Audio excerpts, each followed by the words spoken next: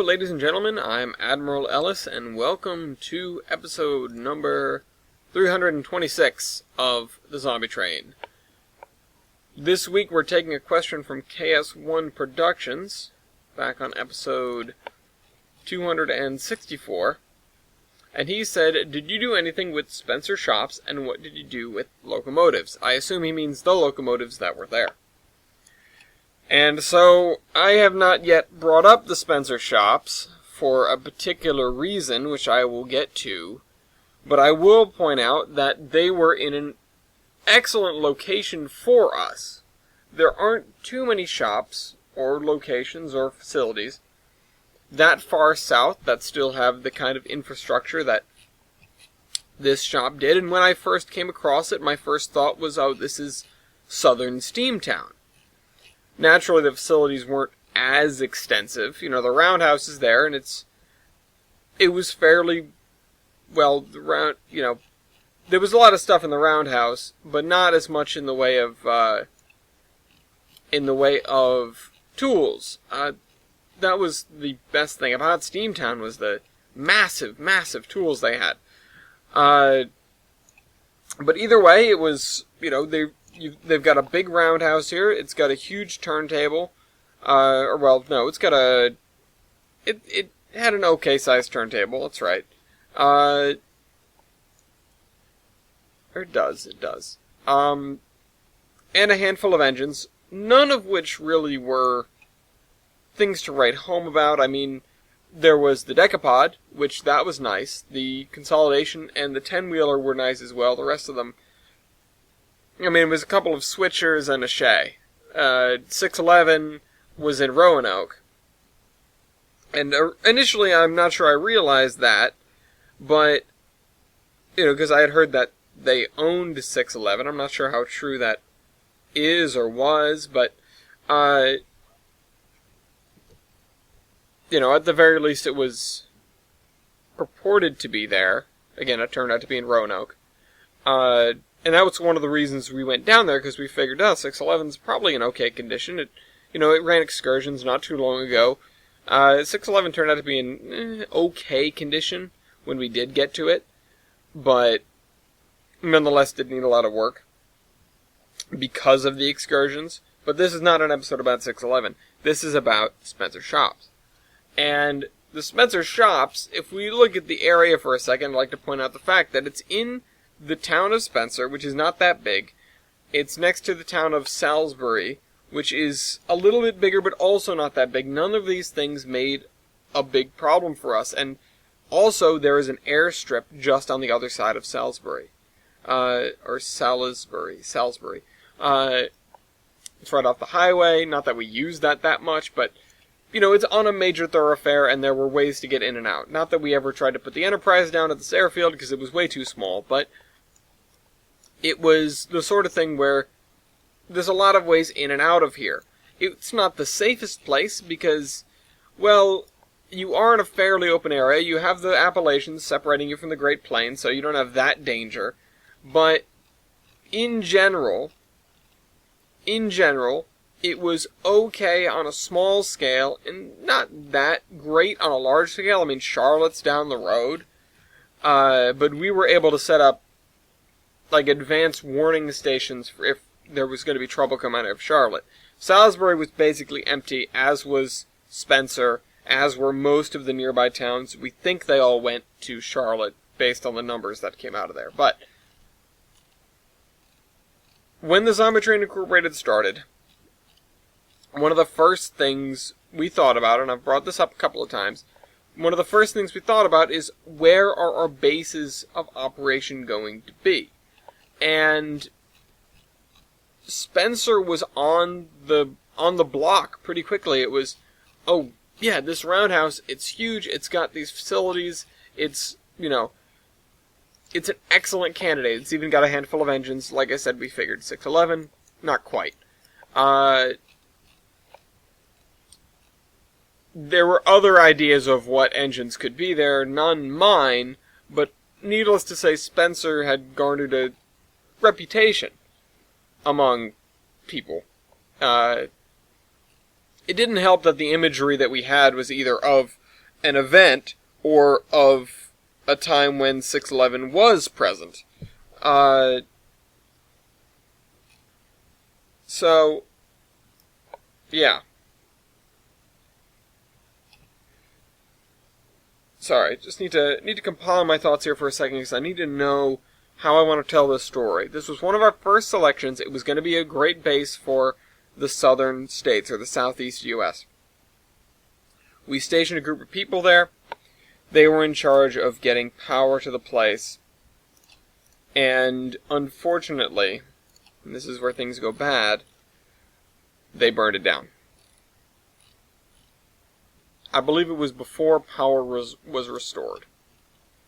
When they were using candlelight and stuff like that, there was a group out on patrol, and a couple of people that had stayed back in the building. Or, this is the Roundhouse in particular. The neighboring building was mostly okay.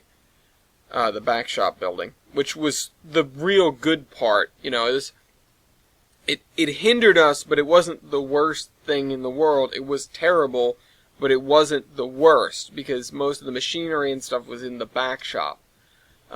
Stuff had been taken out of the Roundhouse. Anything that was in there had been squirreled away into the back shop, because that's where we were going to work on engines, and the Roundhouse was, of course, just for storage.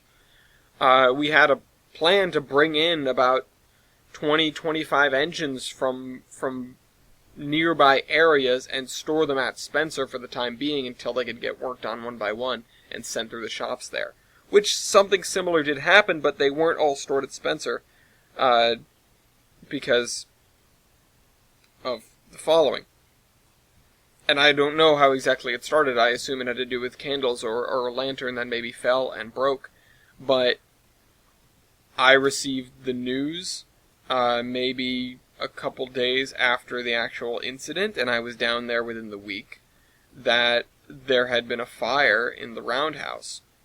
And it was the entire Roundhouse, save maybe a couple of stalls, or the backs of a couple of stalls. It looked to have started on the opposite side from the end of the Roundhouse near the back shop. I'm not sure how to describe that. Like the south side of the Roundhouse, and spread that way. And the building being so old, having no fire protection because there was no water pressure, having, which there should have been because there was a water tower, but nobody realized the water tower had emptied because there were no pumps to pump water up there. And I think it was an open top tower. So, yeah, or something to that effect. There was no water for the fire extinguishing equipment. Again, to my knowledge, this was all secondhand.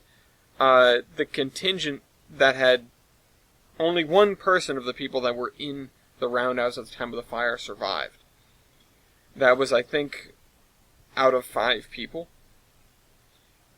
There were another couple that were in the back shop and, couldn't get on the scene until it was too late, and even then there wasn't really anything they could do because, they had no water. They had a couple of fire extinguishers, and that was it. Chemical fire extinguishers, which they used to make sure that the back shop didn't burn down, but there was nothing they could do for the Roundhouse, which really cost us. Not just storage, like I said, but the decapod and the consolidation were inside the Roundhouse, and they were almost total write-offs. Some of the smaller engines were out front, and they didn't suffer as much. But, yeah, that was one of the things that I was, not like the most concerned about. I wasn't sitting around thinking about it on a day-to-day basis, but it's one of the things that really set me back in terms of my thought process. Like, this was very early on. It was going to be our, star of the Southeast, and suddenly the main building was gone, and we had the duty of clearing this rubble from what used to be this incredibly beautiful and incredibly useful Roundhouse. uh, it just reminded me of how, in the course of the zombie train, we constantly had to be worried about that stuff, and the people that I had put down there weren't people from the zombie train. They weren't people that had been with us for all those years and understood everything that we learned about fire prevention and fire safety. And part of it is, I'd be lying if I said I didn't blame myself to an extent, because we should have taught them, we should have trained them, we should have made sure that they didn't, create fire hazards in a place like that, a place with, oil and sawdust and all sorts of flammable stuff. It had a concrete floor, but that clearly didn't stop it, and they were sent down there with like oil lamps and things like that. We even set them down with I think it was a truck or something with a fairly significant quantity of gasoline that was being stored in the roundhouse. That absolutely contributed. We should have had them stored outside. They didn't want it to get... they had stuff in the bed, I think, they didn't want to get rained on. They had it tarped down, and then they removed the tarp when they got there and, pulled it into the roundhouse. It's just so that they could get at it. It was some very basic supplies. And, yeah, so we lost the truck, we lost the fuel, we lost a couple of engines, basically, and we lost the roundhouse. And, what was still standing, we ended up rebuilding, but, it's only a few stalls now, just what we needed. And a lot of it we supplemented with, like, tents for a long time. Not like tents, but like fabric and metal beam tents. I'm not sure what the hell you would call them. You'd see them in like a backyard. Yeah. It's one of the biggest losses that we had.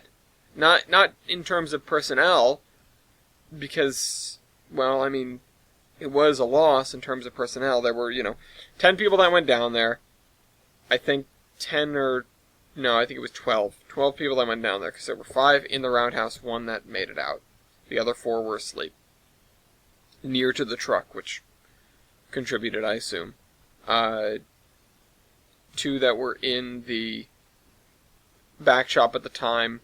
I'm not sure if they were working on something, or if they were just taking like a census of the equipment. And then 5 that were nearby checking the town, and they were not going to be any help. The one person that was up in the roundhouse was like a night watchman, and he said that he was at the other end, having just come back from being in the back shop. I vaguely recall somebody saying that somebody was on the roof, like doing like scouting or something, but this was... the fire started late in the evening, I think it was. And then it burned for, most of the night. Really, realistically, it was... Of the buildings to burn down, the back shop would have been far, far worse. Engine storage was not our problem in that point in time, and all the equipment that we needed was in the back shop. It would have been a much more severe blow if the other building had burned. But that doesn't mean it isn't a blow that we lost the Spencer Roundhouse to something that was almost definitely preventable. Again, it had to have been a candle, a combination of a candle and the gasoline that had been brought into the roundhouse in the truck. Or, maybe a lamp that fell and broke. Those are my only guesses. Those are the only things that they could have told me. Maybe, the alternative idea was that, they pulled the truck in and it was gas fumes and the hot exhaust of the truck that combusted, or something to that effect, but I don't know. I don't feel like that's as plausible. It makes sense with how quickly that part of the building went up, but the real killer thing was that they just weren't able to put the fire out. There was nothing that they could have done. Like I said, they didn't have any water pressure. They didn't even have electricity running yet. we sent them with a small generator, and it was in the truck. So, and that wasn't what they were supposed to be doing. They were supposed to be looking into power sources in the area, which I believe is what the scouting crew was doing at the time. But anyway, yeah. Hope you guys enjoyed this video. This is the Admiral, signing off.